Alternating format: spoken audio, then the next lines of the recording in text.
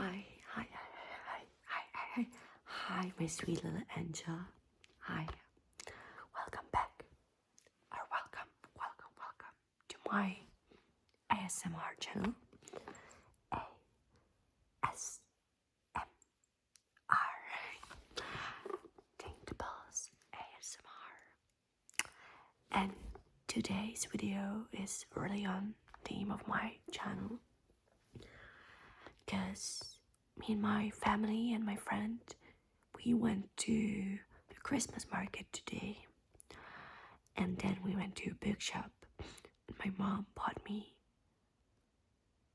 4 books, and one of them was this Peter Pan edition. It's like a special edition. You can't really see it much. I'll try to upload a photo of it, but it's beautiful. It's really beautiful, and it is like, oh, you could probably like see, yeah. There's like these words written on it. Can you hear it? It's like it's not real leather, but it feels like a leather. And I thought that I could read you a few chapters today to make you fall asleep. Fall asleep. So it has these cute little, what's it called, illustrations. I'll show you a little bit. You see, I hope you can see at least a little bit of it. I know my lighting is shitty, but it's 3 a.m. and I can't do anything about it. I'm sorry, babes. So let me open it up.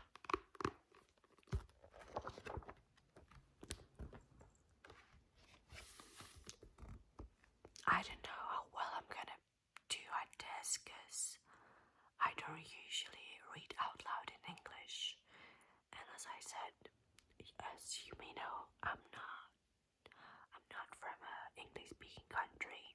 I'm from a Slavic country, so my accent is a little bit off, and I don't usually read out loud. So, Peter Pan by J.M. Barrie. Illustrations by J.D. Bedford and Arthur Rackham.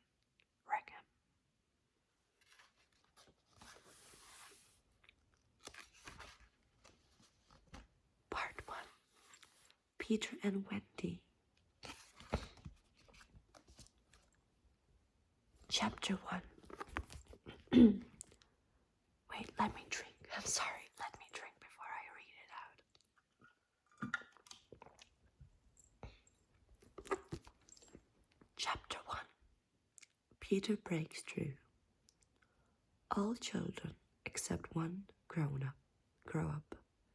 They soon know that they will grow up, and the way Wendy knew was this. One day, when she was 2 years old, she was playing in a garden, and she plucked another flower and ran with it to her mother. I suppose she must have looked rather delightful, for Mrs. Darling put her hand to her heart and cried, "Oh, why can't you remain like this forever?" This was all that passed between them on the subject, but henceforth Wendy knew that she must grow up. You always know after you are 2. 2 is the beginning of the end. Of course they lived at 14, and until Wendy came and her mother was the chief one. She was a lovely lady, with a romantic mind and such a sweet mocking mouth. Her romantic mind was like the tiny boxes, one within the other, that come from the puzzling East.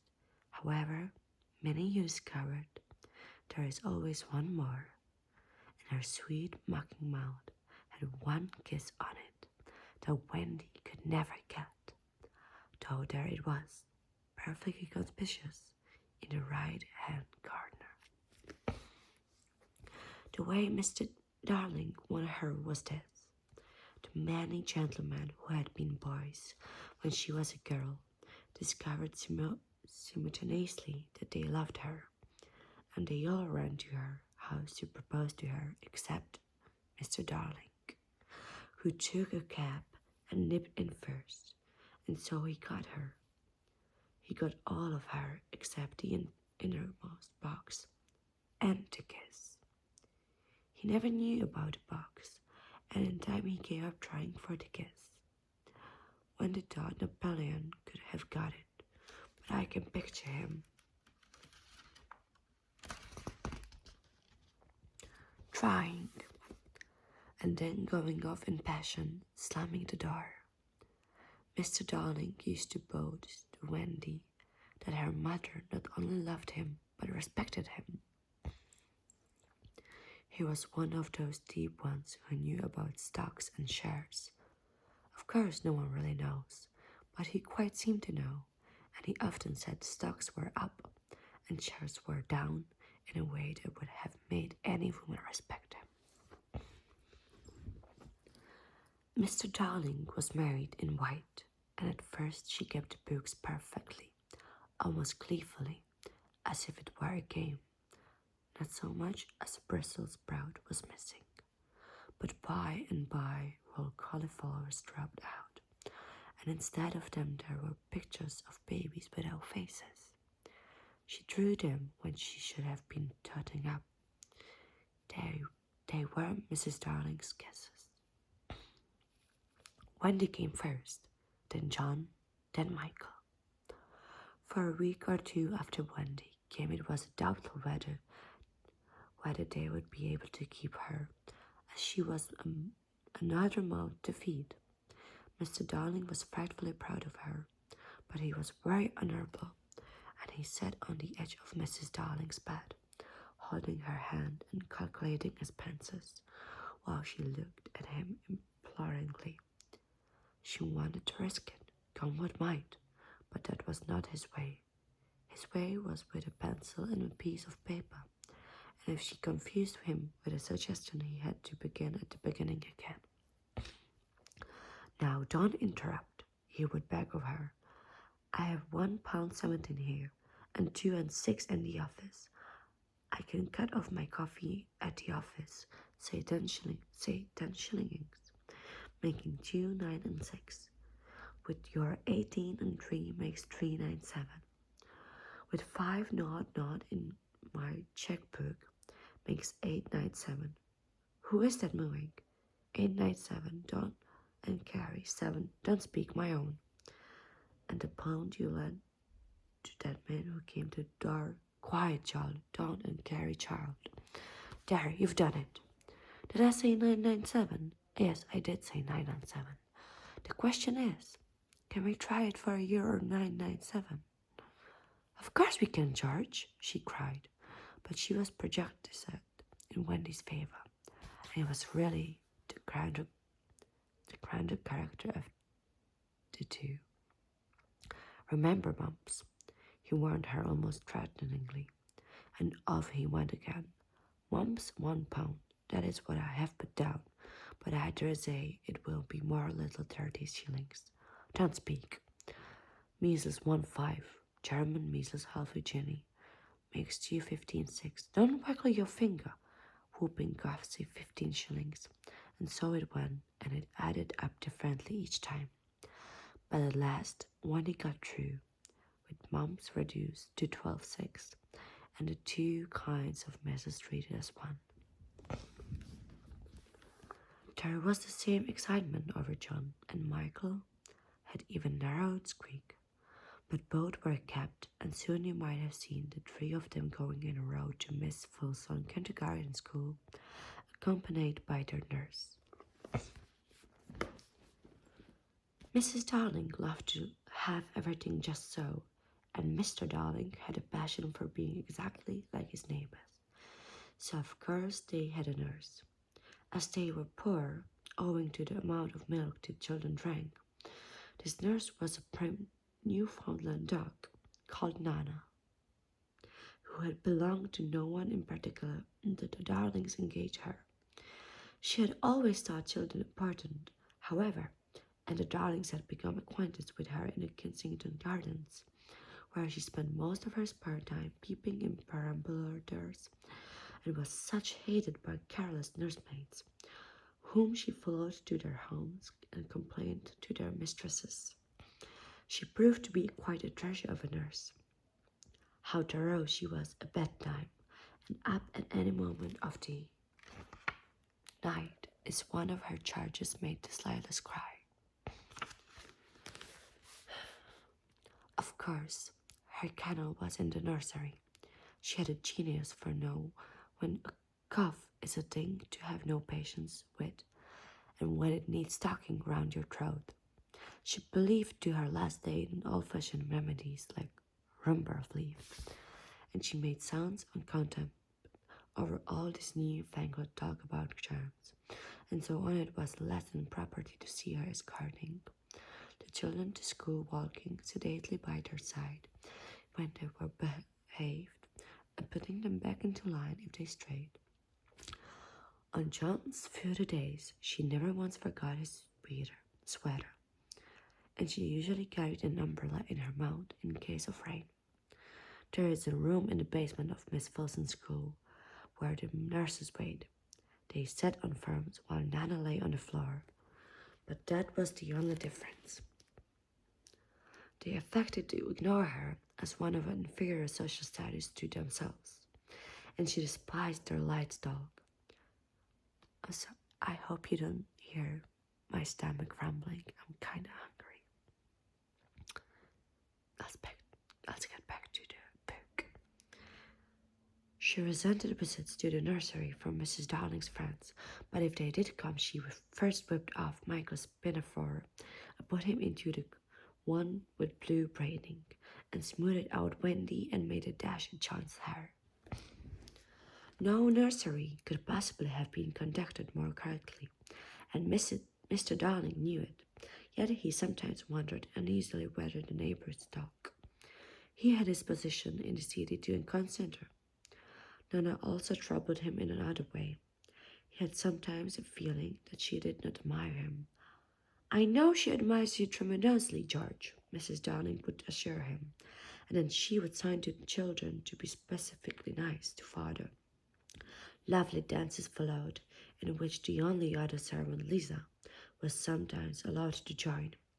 Such a midget she looked in her long skirt and maid's cap, thought she had sworn when engaged that she would never see it done again. The gaiety of those romps, and gayest of all was Mrs. Darling, who would pirouette so wildly that all you could see of her was the guests, and if you had dashed at her, you might have got it. There never was a simpler, happier family until coming of Peter Pan. Mrs. Darling first heard of Peter when she was tidying up her children's minds. It is the nightly custom of every good mother, after her children are asleep, to rummage in their minds and put things straight for next morning, repacking into their proper places the many articles that have wandered during the day. If you could keep awake, but of course you can't, you would see your own mother doing this, and you would find it very interesting to watch her. It is quite like tidying up drawers. You would see her on her knees, I expect, lingering humorously over some of your contents, wondering where on earth you had picked this thing up, making discovery sweet and not so sweet, persisting this to her cheek as if it were as nice as kitten, and hardly stowing that out of sight when you wake in the morning, and naughtiness and even passions with which you went to bed have been folded up small and placed at the bottom of your mind, and on the top, beautifully aired, are spread out your prettier thoughts, ready for you to put on. Let me have a sip of my drink.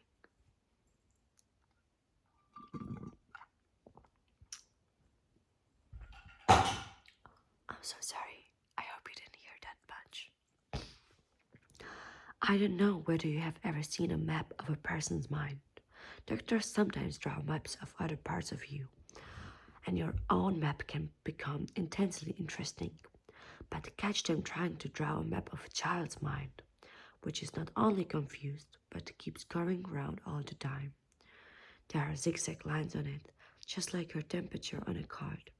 And these are probably roads in islands, for the Neverland is always more or less an island, with astonishing splashes of color here and there, and color reliefs, and rakish-looking craft in the offing, and savages in lovely lairs, and gnomes who are mostly tailors, and caves through which a river runs, and princes with 6 elder brothers, and a hut fast going to decay, and one very small old lady with a hooked nose. It would be an easy map if that were all. But there is also first day at school, religion, fathers, the round pound, needlework, murders, hangings, verbs that take the dative, chocolate pudding day, getting into braces, say 99, 3 pence for pulling out your tooth yourself, and so on.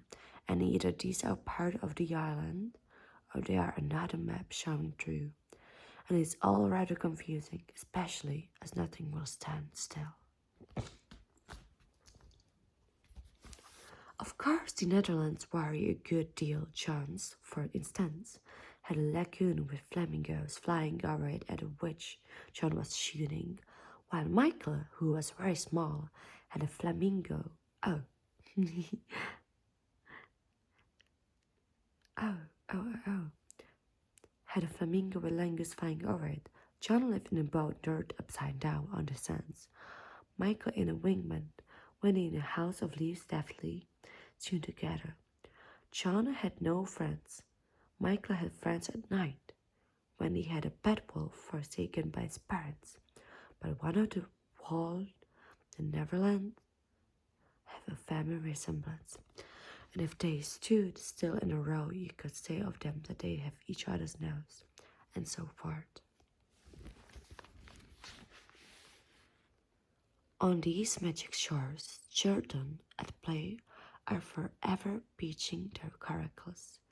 We too have been there. We can still hear the sound of the surf, though we shall land no more.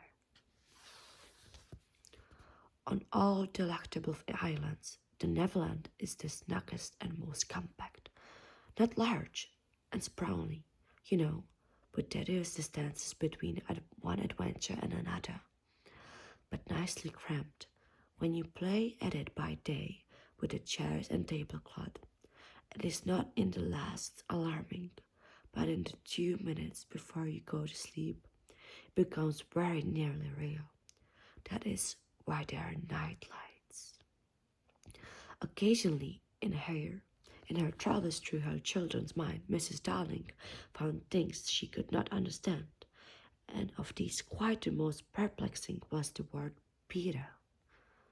She knew of no Peter, and yet he was here, and there is John and Michael's minds, while Wendy's began to be scrawled all over with him.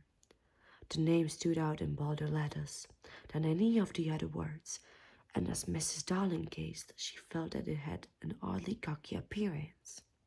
Yes, he is rather cocky, Wendy admitted with regret. Her mother had been questioning her. But who is he, my pet?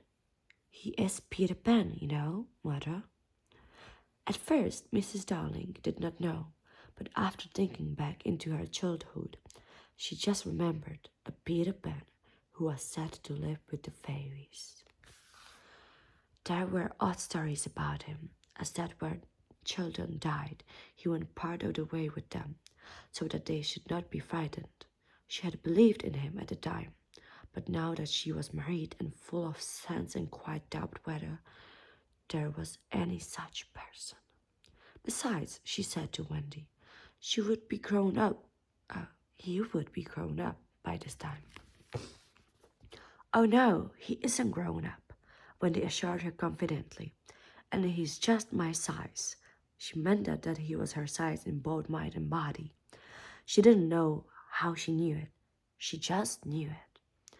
Mrs. Darling consulted Mr. Darling, but he smiled pooh. Mark my words, he said. It is some nonsense Nana has been putting into their heads. Just the sort of idea a dog would have. Leave it alone, and it will blow over. But it would not blow over, and soon the troublesome boy gave Mrs. Darling quite a shock. Children have the strangest adventures without being troubled by them. For instance, they may remember to mention a week after the event happened that when they were in the wood, they met their dead father and had a game with him. It was in this casual way that Wendy one morning made a disappointing revelation. Some leaves of a tree had been found on the nursery floor, which centrally were not there when the children went to bed, and Mrs. Darling was puzzling over them when Wendy said with a tolerant smile, "I do believe it is that Peter again." "What do you mean, Wendy?" "Whatever do you mean, Wendy?" "It is so naughty of him not to wipe," Wendy said, sighing. She was a tidy child. She explained in quite a matter of fact why that she thought Peter sometimes came to the nursery in the night and sat on the foot of her bed and played on his pipe to her. Unfortunately, she never woke, so she didn't know how she knew. She just knew. "What nonsense you talk, Precious. No one can get into the house without knocking." "I think he comes in by the window," she said. "My love, it is 3 floors up." "Were not the leaves at the foot in the window, Mother?" It was quite true. The leaves had been found very near the window. Mrs. Darling did not know what to think, but it all seemed so naturally to Wendy that you could not dismiss it by saying she had been dreaming. "My child," the mother cried, "why did you not tell me of this before?" "I forgot," said Wendy lightly. "She was in a hurry to get her breakfast." Oh, surely she must have been dreaming. But, on the other hand, there were the leaves. Mrs. Darling examined them carefully. They were skeleton leaves, but she was sure they did not come from any tree that grew in England. She crawled about the floor, peering at it with a candle for marks of a strange fruit. She rattled the poker of the chimney and tapped the walls. She let it down at a tape from the window to the pavement, and it was a sheer drop of 30 feet, without so much as a spoon to climb up by. Certainly, Wendy had been dreaming. And this is where I will leave today's video. I know it's a bit of a cliffhanger, but I thought that maybe, you know what, if you are not asleep, I'll finish this chapter for you, but I hope you're asleep after this video. But Wendy had not been dreaming, and the very next night showed, the night on which the extraordinary adventures of these children may be said to have begun. On the night we speak of, all the children were once more in bed. It happened to be Nana's evening off, and Mrs. Darling had bade them, signed to them till one by one they had let go her hand and slid away into the land of sleep. All were looking so safe and cozy that she smiled at her fears now and sat down tranquilly by the fire to sew. It was something for Michael, who on his birthday was getting into shirts. The fire was warm, however, and the nursery dimly lit by 3 night lights, and presently the sewing lay on Mrs. Darling's lap. Then her head nodded, oh, so gracefully. She was asleep. Look at the 4 of them, Wendy and Michael over there, John here, and Mrs. Darling by the fire. There should have been a 4th night light. While she slept, she had a dream. She dreamt that the Neverland had come too near, and that strange boy had broken through from it. He did not alarm her, for she thought she had seen him before in the faces of many women who have no children. Perhaps he is to be found in the faces of some mothers also. But in her dream he had rent a film that obscures the Neverland, and she saw Wendy and John and Michael peeping through the gap. The dream by itself would have been a trifle, but while she was dreaming, the window of the nursery blew open,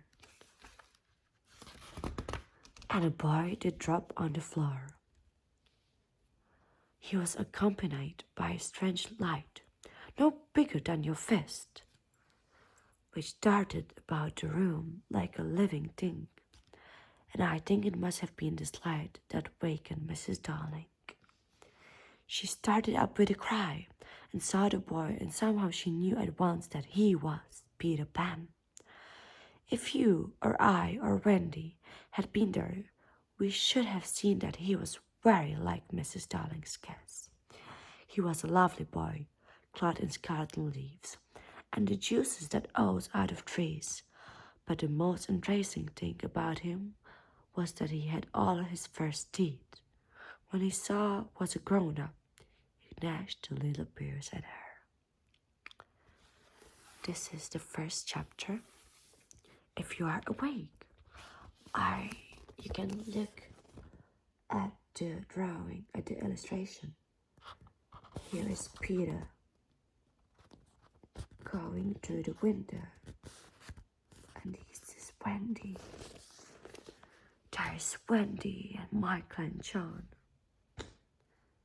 and there, we don't know it yet if you don't know the story, but there is also Tinkerbell. Well, this was the first chapter. I hope you are asleep by now.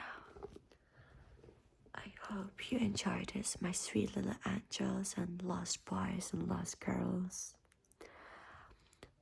Have a good sleep.